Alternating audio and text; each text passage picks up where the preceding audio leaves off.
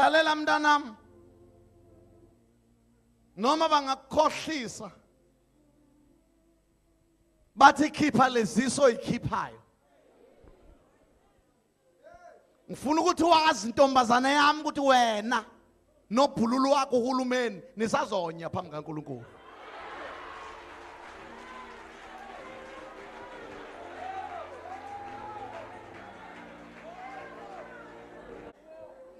iBhayibheli alikhokhobi. Noma ungayikhiphi izisu mntanami, uyikhiphe ngenhliziyo emhlophe.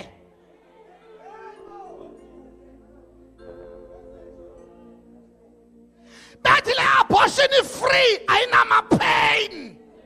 Kuvele ukuthi nyom. Njengezinyo lesalukazi elidala okungaphumi nagazi maliphuma. Kodwa usazoma phambi kaNkulunkulu.